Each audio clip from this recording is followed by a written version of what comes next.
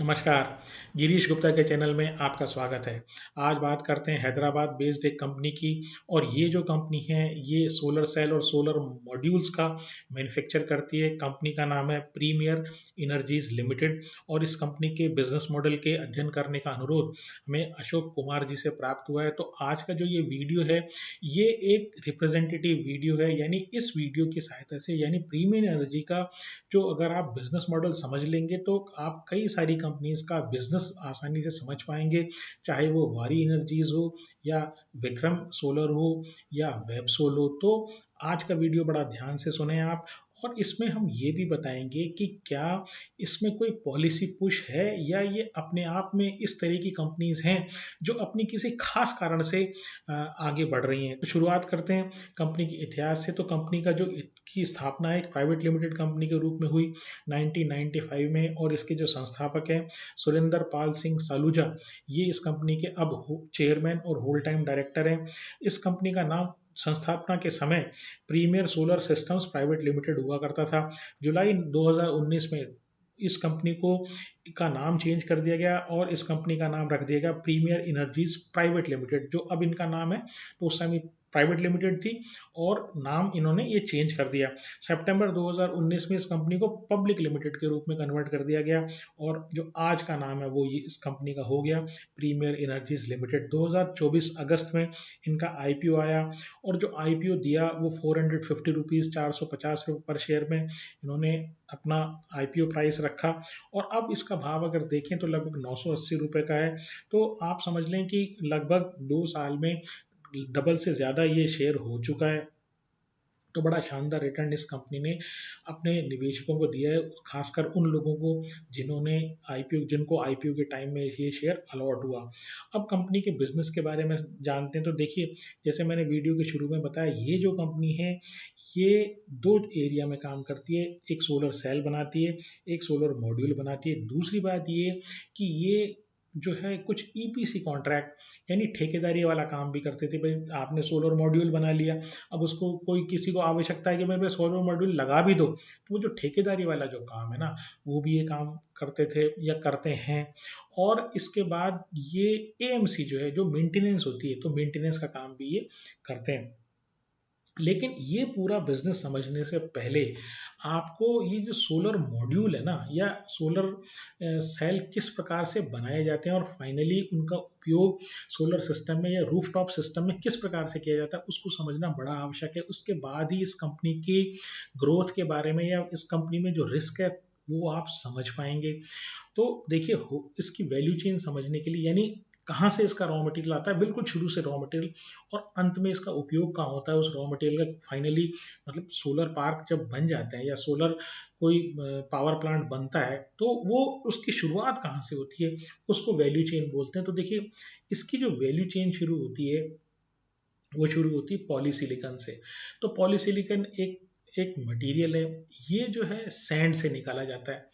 और सैंड जो है उसको रिफाइन करते हैं, उसमें से सिलिका निकालते हैं और सिलिका जो है उसको उसको एक्सट्रैक्ट करके और प्योरीफाई करके पॉलीसिलिकॉन बनाया जाता है। तो ये पॉलीसिलिकॉन जो है ये पहला स्टेप हुआ। अब पॉलीसिलिकॉन जो है उस पॉलीसिलिकॉन को वो जो है वो कैरी करने में बड़ा मुश्किल होता है। तो उसको एक कैरी करने लायक फॉर्म में, जैसे मान लीजिए आपके घर में गेहूं और आपने उससे आटा पीस लिया। अब आटा जो है आपका निकल गया, लेकिन उसको कैरी करने के लिए कोई बैग तो लेंगे आप, कोई तो उसी तरीके से ये जो मटेरियल है पॉलीसिलिकॉन, पॉलीसिलिकॉन जो होता है ये एक चिपचिपा सा पदार्थ होता है और उसके बाद इसको कैरी करना बड़ा मुश्किल होता है। तो इसको एक फॉर्म में, ब्लॉक्स की फॉर्म में जो है बना लिया जाता है और उन ब्लॉक्स को जो है वो इनगट बोलते हैं, इनगट। तो ये इसका सेकंड स्टेप हुआ। पहला स्टेप हुआ पॉलीसिलिकॉन जो सैंड से या सिलिका से आपने एक्सट्रैक्ट किया, और दूसरा जो है इंगट। अब इंगट जो होता है वो कमर्शियल एक्टिविटी के लिए, कमर्शियल यूज के लिए होता है। इंगट के बाद जो तीसरा लेवल आता है वो आता है वेफर का। अब वेफर क्या हुआ, तो आपने ब्रेड की लोफ देखी होगी, अगर आपने किसी बेकरी वाले के यहाँ जो ब्रेड की लोफ देखी हो, तो ब्रेड जो है उसको छोटे छोटे पीसों में जब काटा जाता है तो उसको वेफर बोलते हैं। या आप ये समझ लें जैसे आलू अपन चिप्स बनाते हैं आलू की, तो उसमें वो एक मशीन से जो घरेलू एक मशीन होती है, उसमें घिस के हम आलू के पतले पतले छिलके निकालते हैं, तो वो जो चीज़ हुई वो वेफर हुई। तो ये तीन स्टेप जो है ना, ये पॉलीसिलिकॉन, इनगट और वेफर, ये जो है एक बहुत ज़्यादा कैपिटल सेंसिटिव या कैपिटल हैवी जो है ना, वो इंडस्ट्रियल एक्टिविटी है, बहुत ज़्यादा कैपिटल एक्सपेंडिचर रिक्वायर्ड और बहुत ज़्यादा एक्सपर्टाइज भी रिक्वायर्ड है। और ये जो तीन एरिया, जो तीन लेवल है, पॉलीसिलिकॉन, इनगट और वेफर में, यहाँ पर चाइना जो है ना वो डोमिनेट करता है। तो बेसिकली जितनी भी ये सोलर सेल बनाने वाली कंपनीज है, ये इंपोर्ट करती है कहाँ से? चाइना से। चौथा स्टेप आता है सोलर सेल का। तो देखिए सोलर सेल और वेफर में क्या डिफरेंस है? जो वेफर होता है उसमें सिर्फ ये कैपेसिटी है कि वो, उसमें अगर सर्टेन हम और प्रोसेसिंग कर दें, मतलब वेफर में कुछ और प्रोसेसिंग हम कर दें, तो वो सोलर सेल में कन्वर्ट हो जाता है। और सोलर सेल की खास बात ये होती है कि जब उस पर सोलर लाइट सन की किरणें पड़ती है, सूरज की जब किरणें पड़ती हैं, तो वो सेल से जो है बिजली पैदा होती है। तो जो चौथा स्टेप है वेफर के बाद, तो वेफर की जो प्रोसेसिंग होती है, तो वहां से सोलर सेल बनता है। अब ये जो सोलर सेल, जो अकेला एक सोलर सेल होता है, इसका जो आउटपुट होता है, यानी जितनी उससे बिजली बनती है, वो बहुत ही कम होती है। तो उसको, उसके बाद उसको एक लार्ज नंबर ऑफ सेल्स को जब हम कनेक्ट कर देते हैं एक पर्टिकुलर तरीके से, और उसको एक एल्यूमिनियम के फ्रेम में डाल देते हैं, और ऊपर जो है उसके ग्लास लगा देते हैं, और उसको एक माउंटिंग पर डाल देते हैं, मतलब वो फ्रेम जो है ना कैरी करना आसान हो जाता है। तो वो जो चीज़ होती है उसको बोलते हैं सोलर मॉड्यूल, यानी लार्ज नंबर ऑफ जो सोलर सेल है जिनको एक पर्टिकुलर तरीके से बांध दिया जाता है, उसको बोलते हैं सोलर मॉड्यूल। और फाइनली ये जो सोलर मॉड्यूल हैं, ये लगा के, चाहे वो रूफ टॉप पे आप लगवाएं, या आप कोई सोलर पावर प्लांट लगाएं, या जिसको बोलते हैं लार्ज पैमाने पर, अगर विशाल पैमाने पर अगर बिजली का उत्पादन सोलर सेल के थ्रू हो रहा है, तो उसको सोलर फार्म बोलते हैं। तो सोलर फार्म पे आप लगाएं ये सोलर मॉड्यूल्स को, या घरों पे लगाएं, या किसी अन्य काम में लें, स्ट्रीट लाइटिंग के काम में लें। तो ये बेसिकली इस की वैल्यू चेन है। पहले पॉलीसिलिकॉन, उसके बाद इनगट, उसके बाद वेफर, उसके बाद सेल, उसके बाद मतलब सोलर सेल, उसके बाद सोलर मॉड्यूल, और उसके बाद उसका फाइनल यूज। अब ये जो प्रीमियर एनर्जीज है ना, ये केवल दो एरिया में काम करती है। ये ऊपर के वाले एरिया में नहीं है, यानी पॉलीसिलिकॉन, इंगट और वेफर में नहीं है। ये इनके जो चौथी और पांचवी स्टेज है, सोलर सेल और सोलर मॉड्यूल, केवल वहां काम करती है।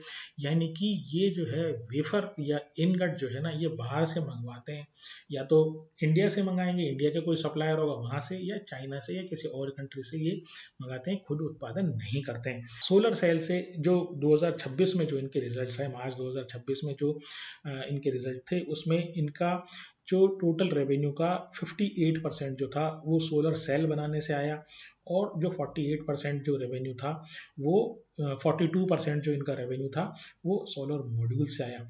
अब जो ईपीसी वाला पार्ट है, पहले ये किया करते, लेकिन इस साल में, यानी 2026 वाला फाइनेंशियल ईयर जो है, जो मार्च 2026 में खत्म हुआ, तो उस साल में ईपीसी के थ्रू इनको कोई इनकम हुई नहीं। अब क्वेश्चन ये उठता है कि ये जो कंपनी है, चाहे ये हो, या वारी एनर्जीज हो, या विक्रम सोलर हो, या वेबसोल हो, ये इस सोलर सेल और सोलर मॉड्यूल वाले एरिया में ही क्यों काम करते हैं?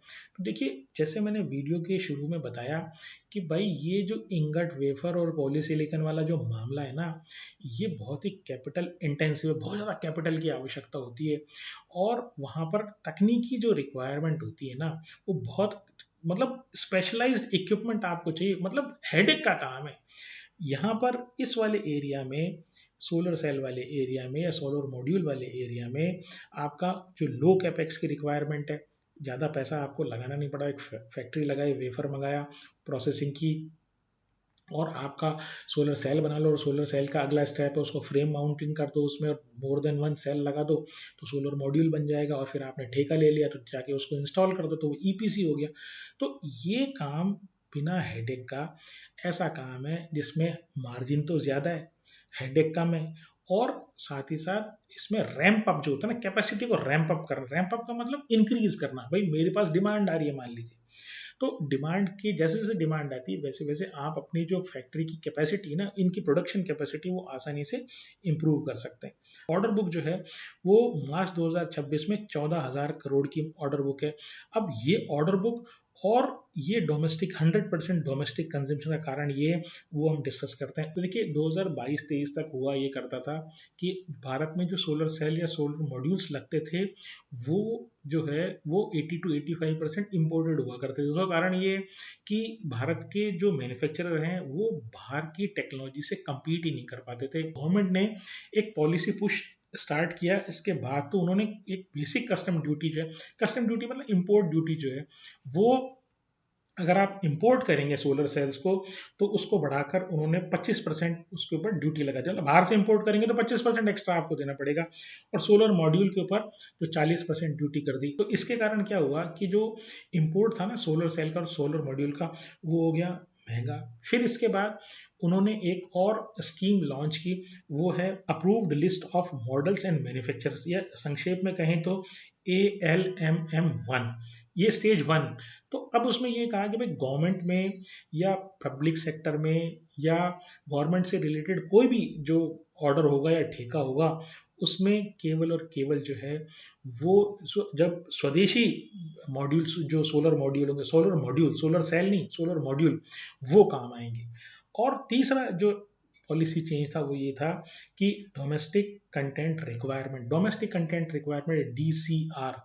अब DCR क्या हुआ, गवर्नमेंट, सेंट्रल गवर्नमेंट ने ये कहा कि जो हमारी योजनाएं हैं, जैसे PM कुसुम योजना जिसमें सब्सिडी मिलती है किसानों को सोलर पंप के लिए, और इसके बाद जो PM सूर्य घर बिजली योजना, जो मुफ्त बिजली योजना जो था, तो इस तरह की सेंट्रल गवर्नमेंट की जो स्कीम है ना, उसमें हम तभी उसमें सब्सिडी देंगे जब उसमें इंडियन मैन्युफैक्चरर का सोलर मॉड्यूल लगा हुआ होगा। और इसके बाद अभी जून 2026 से जो स्कीम लागू हुई है वो है ALMM second phase. Second phase का मतलब ये कि वहां पर पहले जो ALMM1 में जो हुआ करता था उसमें ये था सोलर मॉड्यूल जो है वो इंडियन होने चाहिए, सोलर मॉड्यूल। और अब जो ALMM2 हो गया है, उसमें ये है कि आपको सोलर मॉड्यूल के अलावा सोलर सेल जो है ना वो भी वो इंडियन मैन्युफैक्चरर द्वारा निर्मित होना चाहिए। अब जब ये सारी कंडीशन आ गई तो जो विदेशी वाले जो सोलर सेल या सोलर मॉड्यूल इंपोर्ट करने वाले लोग थे, भारत में जो इंपोर्ट किया करते थे और उसके बाद फिटिंग करके इंडिया में वो सोलर फार्म या रूफटॉप सोलर पावर प्लांट्स लगाया करते थे, तो उनका तो धंधा बैठ गया। और यही कारण है कि ये डोमेस्टिक कंजम्पशन इस तरीके की प्रीमियर एनर्जी हो या कोई और कंपनी हो, तो उनका 100% डोमेस्टिक कंजम्पशन है। और यही कारण है कि इनकी इस तरह की जो कंपनीज है उनकी वेरी लार्ज ऑर्डर बुक है, क्योंकि गवर्नमेंट का लगातार पुश है। गवर्नमेंट की एक तो सोलर रिन्यूएबल एनर्जी में सोलर के ऊपर, दूसरी बात ये है कि गवर्नमेंट जो है वो ये कहती है कि अगर आप कोई भी ऑर्डर लोगे, अगर स्पेशली सेंट्रल गवर्नमेंट में या स्टेट गवर्नमेंट में या सेंट्रल गवर्नमेंट की स्कीम में, तो वहाँ पर सोलर सेल और आपके सोलर मॉड्यूल जो है ना वो इंडियन मैन्युफैक्चर होंगे, तो उनको वो प्रायोरिटी देते हैं। तो ये सारे कारण, ये प्रीमियम एनर्जी टाइप की जो कंपनीज हैं, इनको एक जबरदस्त डिमांड पुश, मतलब उनके सामने लगातार बहुत तेजी से डिमांड आ रही है। अब इनके फ्यूचर योजनाओं की बात अगर करें तो देखिए ये अब कोशिश ये कर रहे हैं कि जो वैल्यू चेन है, ये सोलर सेल और सोलर मॉड्यूल के वाले दो एरिया में काम करते हैं, लेकिन अब ये बैकवर्ड इंटीग्रेशन कर रहे हैं। तो ये कोशिश ये कर रहे हैं कि ये इंगट और वेफर वाला जो एरिया है ना, यानी वहाँ से पॉलीसिलिकॉन मंगा लें चाइना से, और वेफर और इनगट जो है वो उसको वो यहीं ये निर्माण करें। तो ये 10 गीगावाट का इंगट और वेफर मैन्युफैक्चरिंग प्लांट ये लगाने वाले हैं, जो दिसंबर 2028 में इनके हिसाब से कमीशन हो जाएगा, यानी चालू हो जाएगा। इसके अलावा ये बैटरी एनर्जी स्टोरेज सिस्टम वाला काम भी कर रहे हैं, उसके कंटेनर बना रहे हैं। बैटरी एनर्जी स्टोरेज सिस्टम नहीं, उसके जो कंटेनर होते हैं वो ये बना रहे हैं। इसके अलावा ये इन्वर्टर बना रहे हैं। और ये जो सोलर सेल में, सोलर मॉड्यूल में जो एल्यूमिनियम का फ्रेम होता है ना, वो एल्यूमिनियम का फ्रेम के लिए भी ये अपनी कैपेसिटी लगा रहे हैं। फिलहाल ये बाहर से, मतलब किसी एक्सटर्नल जो मैन्युफैक्चरर है वहाँ से ये जो एल्यूमिनियम के फ्रेम लेते हैं और अपने सिस्टम में ये जो सोलर मॉड्यूल है उसमें लगाते हैं। अब ये सब जो तीनों चीज़ें हैं, ये बैटरी एनर्जी स्टोरेज सिस्टम के कंटेनर्स, इन्वर्टर और एल्यूमिनियम फ्रेम जो ये बनाने वाले हैं, इनकी जो कैपेसिटी है ये जो 2027 तक, ये दिसंबर 2027 से तक शुरू होने की संभावना है। इसके अलावा ये आगे भी मतलब वैल्यू चेन में आगे भी जा रहे हैं। वैल्यू चेन में आगे जाने का मतलब क्या? एंड अभी फिलहाल एंड क्या है कि ये लगा के छोड़ देते हैं सोलर पावर प्लांट। उससे आगे कहाँ जाएंगे? तो डिस्ट्रीब्यूशन। तो डिस्ट्रीब्यूशन में किधर आगे आएंगे? तो डिस्ट्रीब्यूशन में ये एक कंपनी है ट्रांसकॉन, उसमें इन्होंने 51% जो है वो स्टेक इन्होंने एक्वायर किया है। और ये जो कंपनी है ट्रांसकॉन, ये बेसिकली ट्रांसफार्मर बनाती है। तो ट्रांसफार्मर जो होता है, जैसे आप जानते हैं कि बिजली का जो डिस्ट्रीब्यूशन होता है उसमें एक बहुत इंपॉर्टेंट जो है कंपोनेंट है। तो ये वैल्यू चेन में आगे की तरफ शिफ्ट हो रहे हैं। अब इनके स्ट्रेंथ की बात करूं तो देखिए काफ़ी एक्सपीरियंस प्रमोटर है। 1995 में ये कंपनी की स्थापना हुई। उस समय जो ये सज्जन थे, इनके जो दूसरी पीढ़ी है, इनके बेटे, वो इस कंपनी के अब कर्ता धर्ता हैं। और इसलिए काफ़ी एक्सपीरियंस, पहली चीज़ तो प्रमोटर है। दूसरी बात ये कि पिछले 3-4 सालों में जब से ये गवर्नमेंट की जो पॉलिसी पुश आई है ना, तो इन्होंने अपनी जो कैपेसिटी है ना वो बहुत तेज़ी से बढ़ाई है। और लगभग 2 से 3 गुनी इन्होंने कैपेसिटी इन 2-3 सालों में कर ली है। तो ये बड़ी अच्छी बात है कि भाई डिमांड आने वाली है और डिमांड आ रही है, तो क्यों ना हम अपनी कैपेसिटी को बढ़ा दें। तीसरी चीज़ ये कि स्ट्रॉन्ग ऑर्डर बुक, 14,000 करोड़ की ऑर्डर बुक छोटी मोटी ऑर्डर बुक नहीं होती। चौथी बात ये गवर्नमेंट का जो है पॉलिसी पुश है। अब इसके वीकनेस की अगर बात करें तो देखिए वीकनेस जो है वो ये है कि बड़ा ज़बरदस्त कंपटीशन है। कंपटीशन इतना ज़बरदस्त है कि डोमेस्टिक वालों से भी ये, चाहे जैसे मैंने बताया विक्रम सोलर ले लीजिए, वेबसोल ले लीजिए, वारी एनर्जीज ले लीजिए, तो इतना ज़बरदस्त कंपटीशन। इसके अलावा फॉरेन वालों से, तो वहाँ से इंडियन से और फॉरेन से कंपटीशन ज़बरदस्त है।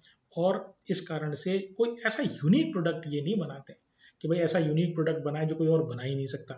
ये गवर्नमेंट का जो पॉलिसी पुश है ना, ये इस तरह की कंपनीज को पुश कर रहा है। दूसरी बात ये 50 से 60% जो कॉस्ट होती है वो रॉ मटेरियल की कॉस्ट होती है। अब रॉ मटेरियल की कॉस्ट तो आप क्या करोगे? रॉ मटेरियल तो आप बाहर से मंगा रहे हो, तो वो फ्लक्चुएशन जो है वो आपको पास ऑन करना पड़ेगा। इतनी कैपेसिटी आप में होनी चाहिए, इतना इस तरह का शानदार प्रोडक्ट आप बनाएं दूसरों के कंपैरिजन में, कि जो आपका अल्टीमेट कस्टमर है वो आप ही से ले, और चाहे बड़ी रेट पे ले। क्योंकि रेट, अगर रॉ मटेरियल की रेट बढ़ेगी तो आपके एंड प्रोडक्ट की रेट भी बढ़ेगी। तो अपने कॉन्ट्रैक्ट में जनरली ये लिखते हैं कि भाई अगर रॉ मटेरियल की कॉस्ट बढ़ जाएगी तो हम आपको बढ़ी हुई रेट में देंगे। तो ये एक अच्छी बात भी है, लेकिन कब तक ये हो पाएगा इंटेंस कंपटीशन के समय में, ये एक देखने वाली बात है। दूसरी बात ये कि जो सोलर मॉड्यूल की और सोलर जो सेल की जो टेक्निक है ना, वो लगातार चेंज हो रही है। मतलब बेहतर से बेहतर जो सोलर सेल लाइट डालने पर अभी फिलहाल जो है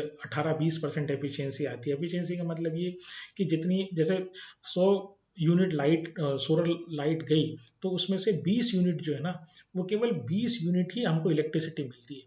तो अभी टेक्नोलॉजी की लिमिटेशन है। तो जैसे जैसे टेक्नोलॉजी चेंज होगी तो ये भी है कि हम और आगे और बेहतर उस सोलर लाइट का कन्वर्जन कर पाएंगे इलेक्ट्रिसिटी में। तो इनको टेक्नोलॉजी के साथ पेस रखना पड़ेगा, बार बार टेक्नोलॉजी में खर्चा करना पड़ेगा, केपेक्स करना पड़ेगा। फिर क्या है कि अगर इनके मार्केट कैप की बात करूं तो 45,500 करोड़ का इनका मार्केट कैप है। आरओई जो है बड़ा शानदार है, 42% का। डेट टू इक्विटी 0.86 है, काफ़ी ज़्यादा है। उसका कारण ये है कि अपनी कैपेसिटी ये बहुत तेज़ी से रैंप अप कर रहे हैं। और तो हर 100 रुपये की इक्विटी पर 86 रुपीज़ का इनका कर्जा है। अगर 3 साल की सेल देखें तो 76% बढ़ी है। 3 साल का अगर प्रॉफिट देखें तो 370% बढ़ा है। शानदार बढ़ा है। और वो ये सब जो काम हुआ है ना, ये गवर्नमेंट का जो पॉलिसी पुश है उसके बाद हुआ है। और प्रमोटर के पास जो है वो जो पिछले क्वार्टर में, यानी मार्च क्वार्टर के कंपैरिजन में अभी जून क्वार्टर में 6% जो है वो कम हुआ है। उन्होंने एक ब्लॉक डील के जरिए जो है अपनी स्टेक बेचा है, 6% स्टेक बेचा है उसको।